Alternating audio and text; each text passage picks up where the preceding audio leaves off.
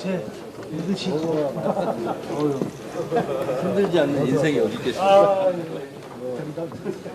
흔들리면서 젖으면서 가는 게 인생 아니겠습니까? 흔들리지 않는 꽃이 힘들지 않은 인생 어딨냐. 다 흔들리면서 젖으면서 가는 거 아니겠냐. 그렇죠. 흔들리지 않고 피는 꽃은 없습니다. JTBC도 흔들리니까 이제 저게 와닿네요. 좀. 우리 흔들리지 않아요. 주저앉았어요 지금. 그래도 JTBC가 힘든 상황에서도 이렇게 편집을 잘해서 보여줬네요. 제가 이걸 보면 제가 짧게 한마디 하면 집권여당 대표라니까요. 예. 지금 대통령하고의 어떤 이 문답을 글로 하지만 대통령은 이재명의 인생을 얘기하고 있지 않아요. 대통령의 직분에 대해서 얘기하잖아요. 집권여당 어떻게 해야 된다고 얘기하면 여당 대표로서의 공적 마인드를 가져가야지 무슨 인생 타령할 건 아니지 않습니까? 네. 당권에 도전하고. 그래서 저는 사실 왜 저러시나. 지금 정청래 대표 때문에 지금 민주당이 완전히 내용에 빠진 거를 본인만 모르시는 것 같아요. 무슨 핍박받는 서사습니까? 그 책임을 서로 뭐 당연히 이제 책임을 미루는 거야 뭐 워낙 많이 봤던 거긴 합니다만 하여튼 지금 현재도 보면 누가 지금 이렇게 갈라치기 하고 있냐, 누가 민주당 내부의 분열을 지금 가져오고 있느냐, 여기에 대해서도 이른바 정청래 당대표를 위시한 요 당권파라고 해야 되나, 하여튼 구민주 친문 뭐 이런 분들께서는 이른바 뉴 이재명, 소위 뉴 이재명들이 와서 지금 이제 분열을 획책하고 뭐 흠집내기 하고 있다라고 이제 표현을 많이 하시는 것 같고, 또 뉴 이재명 쪽에서는 이 구 당권파들이 이제 자신들의 이익을 지키기 위해서 이렇게 당을 지금 갈라치기 하고 있다, 이렇게 또 판단들을 하고 계시는 것 같습니다. 그 이제 명분론, 뭐 누구 책임이 많고 뭐 누가 잘못했고 하는 거는 이미 지난 얘기 아니겠습니까? 이제 실리를 찾는 과정인데 이 정도 정청래 대표가 오늘도 보안수사권 얘기를 이렇게 세게 했다면. 전당대 이기든 지든 그 이후를 바라보는 거 아니겠어요? 이것만큼 본인 지지층을 결속하게 하는 게 없을 겁니다. 이 구호가 정치 검찰을 내가 없애려고 했는데 뭐에 막혔다. 막히는 게 우리 편인 줄 알았는데 막는다. 뭐 이런 서사잖아요. 이거 피를 끓게 하죠. 지지자들의. 그래서 이기든 지든 그건 이제 민주당 사정에 따라서 바뀌겠지만 그 이후까지 보는 정청래 대표의 어떤 큰 계획은 절대 이재명 대통령 또는 이재명 대통령과 생각이 같은 분들과 정치하기가 어렵겠구나 하는 생각을 하게 됩니다. 네. 혹시 우리 김민하 평론가께서는 이제 어쨌든 전당대회가 이제 아직은 뭐 좀 시간이 있습니다만 대체로 어느 쪽의 세력이 더 많은 힘을 받아서 더 유리한 게임을 할 거라고 혹시 보시는지. 지금 상황에서는 사실 그걸 정확하게 얘기하기는 좀 어렵죠. 근데 원래는 정청래 대표가 유리하지 않겠느냐라고 다들 생각을 했지 않습니까? 예. 정청래 대표가 제도의 측면에서도 그렇고 뭐 1인 1표라든가 제도의 측면에서도 그렇고 지금 이제 소위 말하는 강성당원들의 어떤 지지 여론에서도 그렇고 근데 이런 것들이 있었는데 지금 대통령이 구획을 나눠줘 버린 거잖아요. 일종의 그 이 여당이 해야 될 어떤 태도나 이런 것들에 대해서 얘기를 하면서 이 대통령이 원하는 어떤 리더십은 아니다라는 이제 신호를 줘버린 거잖아요. 그리고 이번에 지방선거 결과가 그렇게 좋지 않았기 때문에 특히 호남 지역에서 정청래 대표가 첫째로 지방선거도 사실 이렇게 완승을 거두지는 않았고 두 번째 그런 상황에서 대통령이 원하지 않는 방향의 어떤 그러한 여당 리더십을 갖고 가고 있는 것 같은데 근데 왜 연임을 해야 되는 거지? 이 여론이 호남 지역에서도 커진 것 같아요. 네. 그래서 이런 상황을 보면은 정청래 대표한테 이전 상황보다는 분명히 불리한 조건인데, 근데 김민석 총리가 상대다라고 했을 때는 네. 지금까지 또 정청래 대표를 지지하는 이 당원들, 지지층 그리고 뭐 유튜브 이런 데서 어마어마한 이제 그동안의 스토리를 좀 만들어놨습니다. 그래서 이 그동안의 검찰개혁 논의의 어떤 혼란이라든가 그다음에 최근에 이제 심지어 여기 나오는 패널 뭐 이런 사람들도 다 김민석 총리가 뒤에서 조정을 해가지고 뭐 돈을 주고 무슨 뭐를 해줘가지고 이 사람들이 움직이는 거다까지 지금 그래요? 뭐 열심히 얘기를 하고 있어요. 사실 듣고 싶지 않은데 들리더라고요 그런 얘기가. 그래서 네. 거의 악마입니다 김민석 총리가. 그래서 그 악마를 상대해야 된다. 근데 또 김민석 총리가 과거에 2002년에 그 사건이 있잖아요. 네. 다른 이 후단협이요. 그렇죠. 그것까지 엮여가지고 이 사람은 굉장히 대표가 돼서는 안 될 사람이다까지 지금 이 얘기를 하고 있기 때문에 네. 김민석 총리 쪽이 그것 때문에 이제 좀 어려울 수도 있는 거여서 그래서 얘기가 나오는 게 그러면 소위 말하는 친명에서는 김민석 총리의 송영길 대표나 이런 분들까지 더해서 네. 일종의 이제 다국적군을 꾸려가지고 상대해야 되는 거 아니냐. 그래서 이런 얘기까지 나오는 거죠. 그 말씀 주신 것 중에 이제 최근에 논란된 게 이른바 광고비. 아 그래서 계속 댓글에 올라오는 거예요? 네, 정부 광고비 논란이 좀 있어요. 그래서 그래요? 아, 장르만 정부 광고 받았는지 밝혀라 이래서 난 무슨 말을 하는 건지 모르겠는데. JTBC 아닙니다. 네. 뭔 소리야 지금? 그러니까 이게요 생각이 그쪽으로 한번 주입이 되면 설득이 안 되잖아요. 아. 저희도 네. 그거를 많이 느끼잖아요. 네. 뭐 부정선거 비롯해서 여러 가지 이 지점에서 어떤 정치력을 발휘하느냐가 이제 네. 중요한 건데 김민석 총리가 과거에 어쨌든 이걸 떠나서 그만큼 민주당을 장악할 수 있는 분이냐를 생각을 해봐야 돼요. 18년 동안에 공백이 있었지 않습니까?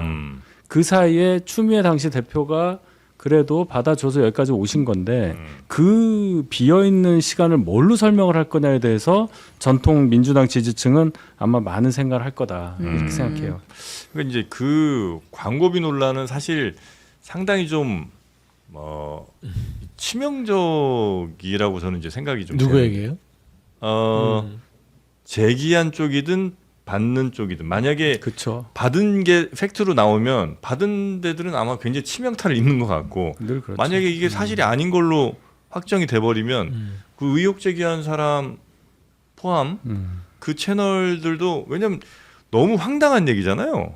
예를 들어서 그 채널에 누군가가 뭐 저 윤석열한테 저 돈 받고 저 채널 운영한다 이렇게 만약에 했으면 가만히 있겠어요? 네. 근데 정부 광고를 받아서 그 누군가에게 특별히 유리한 쪽으로 평론가들 몰고 아니면 갔다. 뭐 그 채널이 운영되고 있다라고 한다면 그거는 뭐 완전히 채널 날아갈 얘기죠.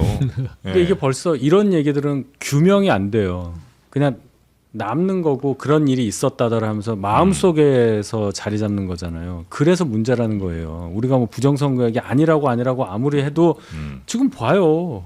그렇게 되고 있잖아요. 그래서 이게 참 큰 문제다. 이거 제가 뭐 비판을 하려고 하는 거 아니에요. 객관적으로 네. 볼 때 이걸 수습할 수 있는 정치력이 과연 대통령이나 민주당 내부에 있느냐.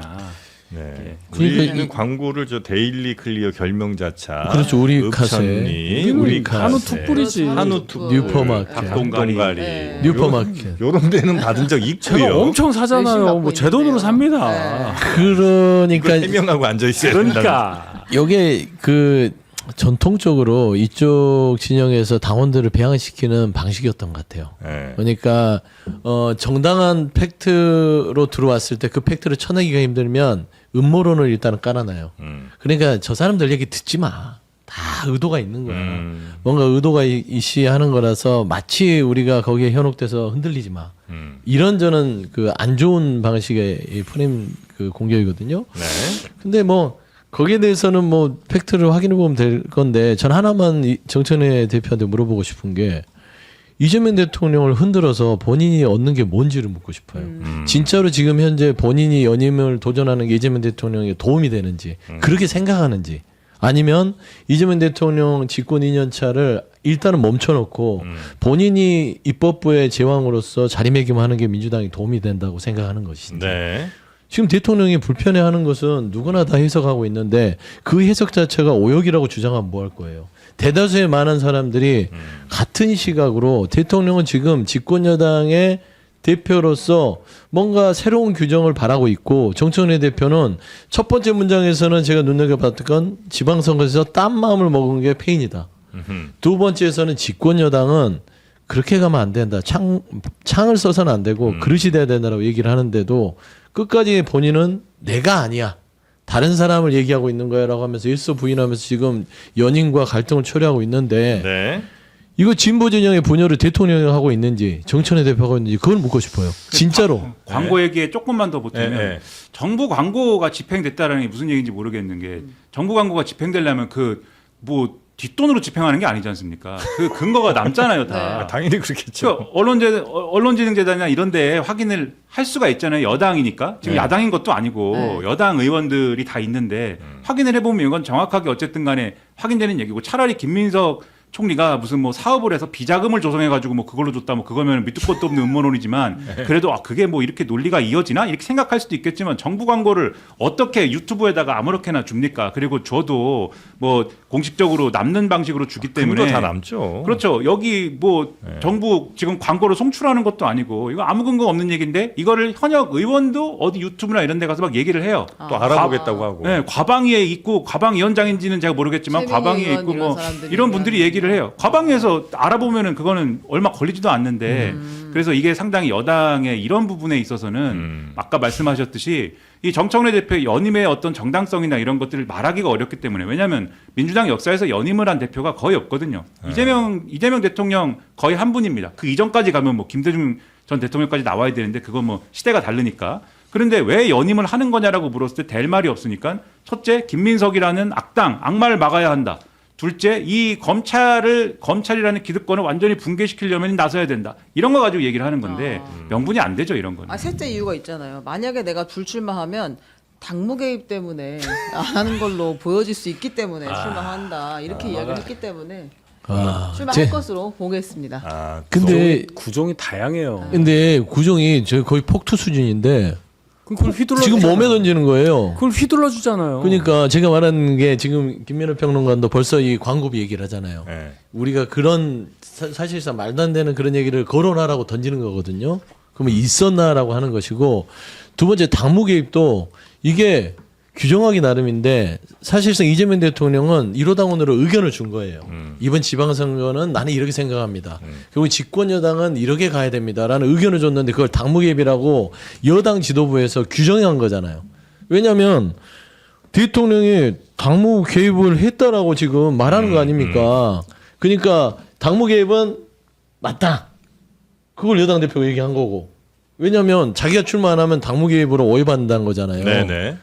이런 게 어디 있어요? 그리고 나 이 댓글 하나 되게 재밌는 거 같은데 절도범이 도둑질한 이유가 도둑질 안 하면 저 집이 가난해 보일 수 있기 때문에 도둑질을 진술했다는 뭐 그런 얘기를 댓글로 누가 쓰셨더라고요. 아이고, 이건 사실 내가 불출마하면 당무 개입으로 보인다는 거는 조금 과한 주장 아니냐는 이제 얘기들이 좀 많이 있는 것 같더라고요. 네. 자, 여튼 지금 당 그리고 청와대 간의 갈등이 조금 더 심해지는 것 같고 더 표면적으로 드러나는 것 같고요.